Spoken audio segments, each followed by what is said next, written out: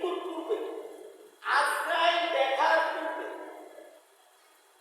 মৃত্যুর গড়গড়ি মুখে স্টার্ট হওয়ার পূর্ব সময় এবং সূর্য পশ্চিম আকাশে উদিত হওয়ার পূর্বে, এই দুইটা সময়ের পূর্বে কেহ যদি একবার মাত্র আমার কাছে হাত তুলে মাপ চায়, আমি আল্লাহ তাকে মাফ করব। কত বড় কথা ছিল! আয়ু, আল্লাহর কোনো আয়ু নেই। আয়ু নেই বলতে আল্লাহর জন্মও নেই, মৃত্যু। ফেরেশতাদের সৃষ্টি করা হয়েছে, তাদেরও একটা নির্দিষ্ট সময় হায়াত আছে, কিয়ামত পর্যন্ত তারা হায়াত পাবে। কিন্তু আল্লাহর এটা কোনো হায়াত নেই। যেহেতু আল্লাহর মৃত্যু নেই, তিনি কয়জন? তিনি চিরঞ্জীব, যার মৃত্যু নেই। তার শক্তি, শক্তি আল্লাহ জ্ঞানী। শক্তি কি পরিমাণ আছে এটারও সীমানা নেই। এটা আল্লাহ রাব্বুল আলামিন দেখেন, আল্লাহ আমাদেরকে শক্তি দেন, তার কাছ থেকে আমরা শক্তি নিতে চাওয়া লাগে। আমরা চোখের দেখাই অনেক কম বয়স্ক লোক প্যারালাইজ হয়ে বিছানায় পড়ে আছে। আমাদের চোখের দেখাতে আমাদের সাধু ভাই অসুস্থ অবস্থায় আছে, ওনার থেকে বয়স্ক মানুষ এই সমাজে বিচরণ করিতেছে, উনি অসুস্থ অবস্থায় আছে। আল্লাহ ওনার জবানটা কেড়ে নিয়েছে, এখনো ওনার জবানটা আল্লাহ রাব্বুল আলামিন দান করেন। আমরা দোয়া করবো আল্লাহ যেন ওনার মুখের জড়তাটা কাটিয়ে দেন, ওনাকে জবানটা ফিরিয়ে দেন। এটা আমরা দোয়া করবো সদা সর্বদা। কারণ একজন মুসলমানের উপর আরেকজন মুসলমানের 6টা হক, তার মধ্যে একটা হক হচ্ছে অপর মুসলিম ভাইয়ের জন্য সদা সর্বদা মঙ্গল কামনা করা। 6টার থেকে এটা একটা হক। আমরা তার জন্য দোয়া করি আল্লাহ যেন তার মুখের জড়তা কেটে দেন, তার জবানকে ফিরিয়ে দেন। উনি এখন হাঁটা চলা করতে পারতেছেন, তবে খুবই অল্প বয়সে, ওনার কষ্ট হইতেছে, এই অবস্থা হাঁটা চলা করতেছে। কিন্তু ওনার থেকে বয়স্ক আজকে যারা এ সমাজে আছে, তাদেরও আজকে আমাদের নামাজের খবর নেই, তাদেরও আজকে আমাদের কবরের খবর নেই, আমরা যে মৃত্যুবরণ করবো ওই খবর নেই। কিন্তু এই অবস্থায়ও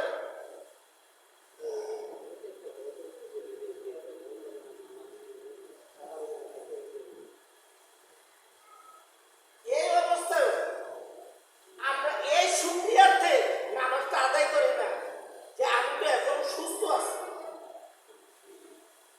আমি তো এখনো সুস্থ আছি, এই সমাজে বিচরণ করতেছি। আল্লাহ রাব্বুল আলামিন আমাকে কথা বলার শক্তি দিয়েছে, আল্লাহ রাব্বুল আলামিন আমাদেরকে চলার জন্য ক্ষমতা দিয়েছে। এটা শুকরিয়াতেও আমরা নামাজগুলো আদায় করতে পারতেছি। আমরা নামাজ থেকে দূরে সরব, কিন্তু সবকিছু শক্তি দেবে ওরা আল্লাহ, কেড়ে নেওয়ার মালিকও আল্লাহ, দান করার মালিকও আল্লাহ।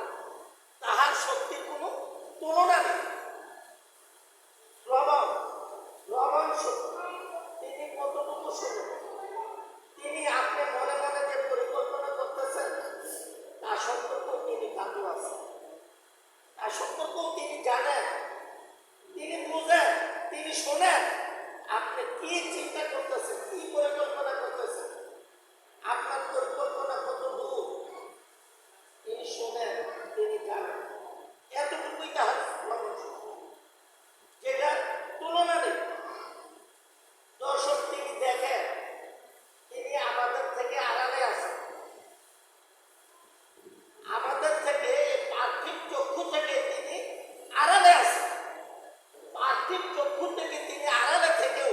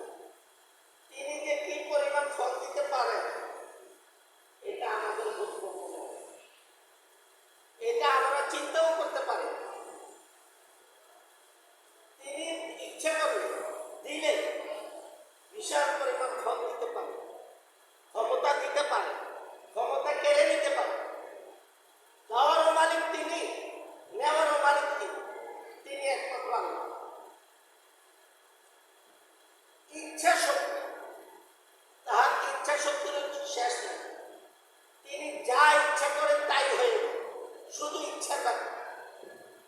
তিনি যদি বলেন কুম হয়ে যাও, হয়ে যাও। যদি বলেন যে কুম হয়ে যাও, তিনি হয়ে যান। এটা এমনটা হয়, এমনটা হয়ে যায়, এমনটা এমন হবে, এমনটা এমন হয়ে যায়। তার ইচ্ছা শক্তি সৃষ্টি করা, তিনি কি সৃষ্টি করতে পারেন?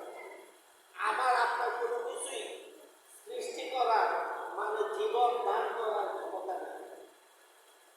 ক্ষমতা একমাত্র তাহার, সৃষ্টি করার ক্ষমতা একমাত্র আল্লাহ। রিজিক দেওয়া, প্রত্যেকটা সম্পর্কে কিন্তু কোরআনে আয়াত আছে, প্রত্যেকটা কথা সম্পর্কে কোরআনে আয়াত আছে। রিজিক দেওয়া, রিজিক আমরা দেব কিভাবে? ফজরের সময় রিজিকের ফেরেশতা এসে দরজায় কড়া নেড়ে যায়, আর আমি থাকি ঘুমাইয়া। তো আমি ঘুমাইয়া থাকি, রিজিকের ফেরেশতা আসে, আইসা দরজায় কড়া মেরে যায়, আমার ঘুম ভাঙে না, আমি আছি আরামে।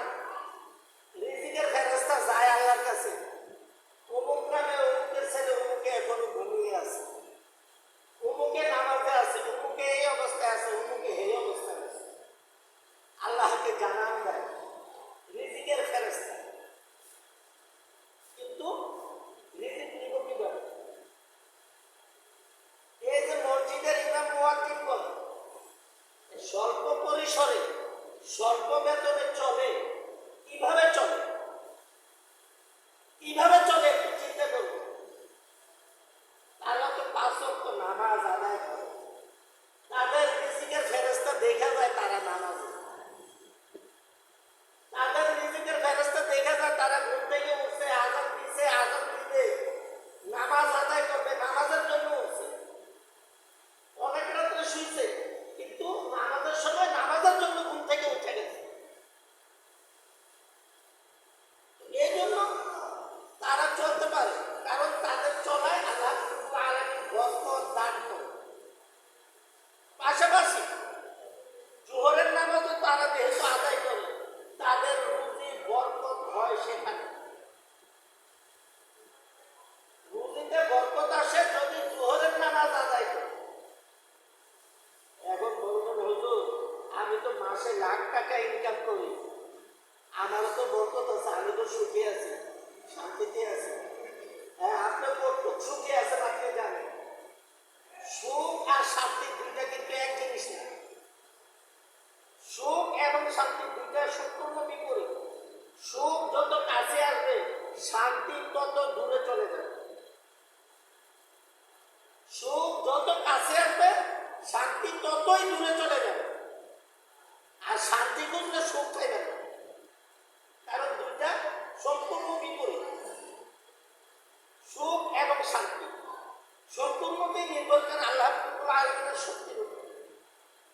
তিনি ইচ্ছা করলে সুখ শান্তি দুইটা একসাথেও দিতে পারে, তার পক্ষে সম্ভব।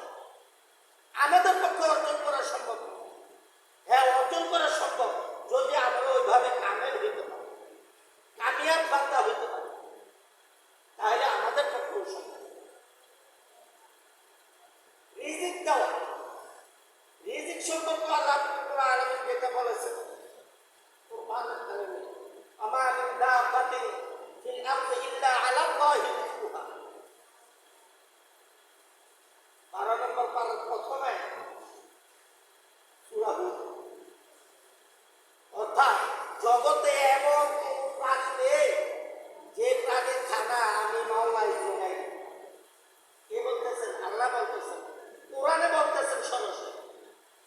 অর্থাৎ কোরআনে যেহেতু আল্লাহ বলতেছেন, এতে কোনো সন্দেহ নেই, সন্দেহের কোনো অবকাশ নেই। বিশ্বাস করতে হবে, বিশ্বাস না করলে ইমান থাকে না। কিন্তু আজকে আমরা রিজিকের ভয়ে অনেক কিছু করে থাকি, অনেক অনেক পাপাচারে লিপ্ত হয়ে গেছে শুধু রিজিকের ভয়ে। এই রিজিকের কারণে আল্লাহ রাব্বুল আলামিন আমাদেরকে মাফ করুন।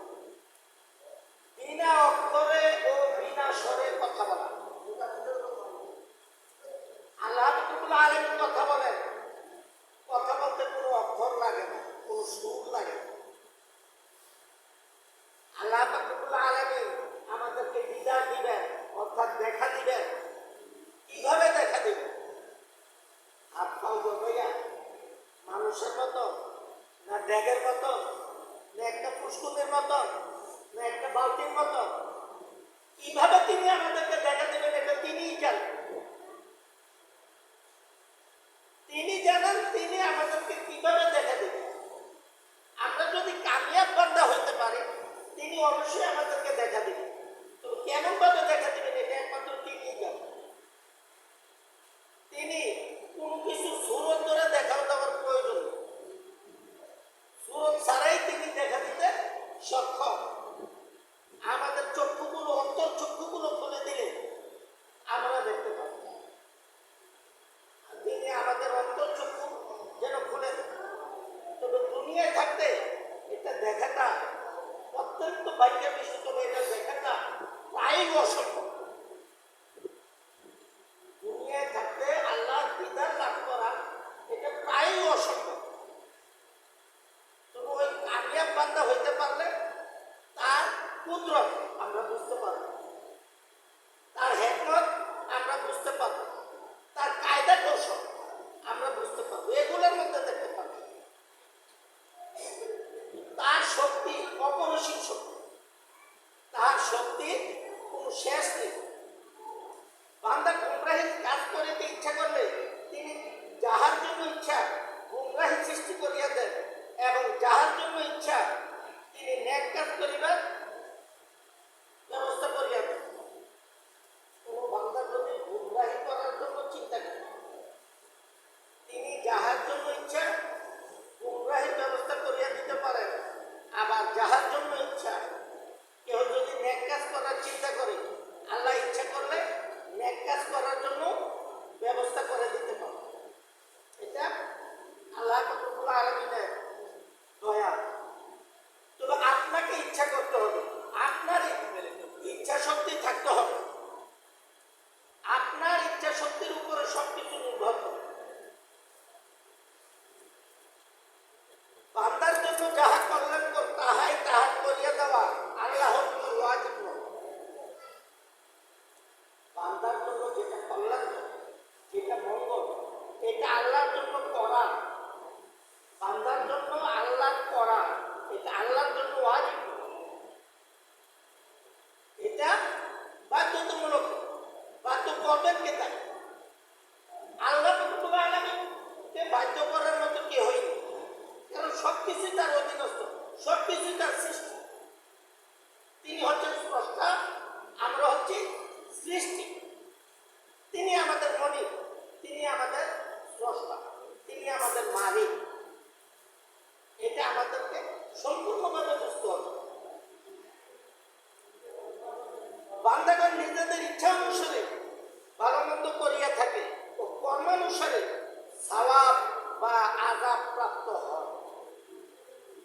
বান্দাগণ ভালো মন্দ যাই করে তারা নিজেদের ইচ্ছা অনুসারে, আর কর্ম অনুসারে তারা বেহেশত যাবে বা দুজকে যাবে। তারা ভালো পথের দিকে এগিয়ে আসবে বা খারাপ পথের দিকে এগিয়ে আসবে, এটা তার কর্মের উপর নির্ভর করে।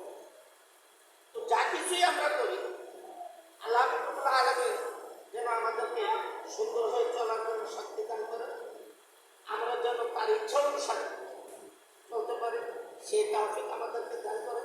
এই জন্য সকলে বলি আমিন। ওয়া আখিরু দাওয়ানা আলহামদুলিল্লাহি রাব্বিল আলামিন।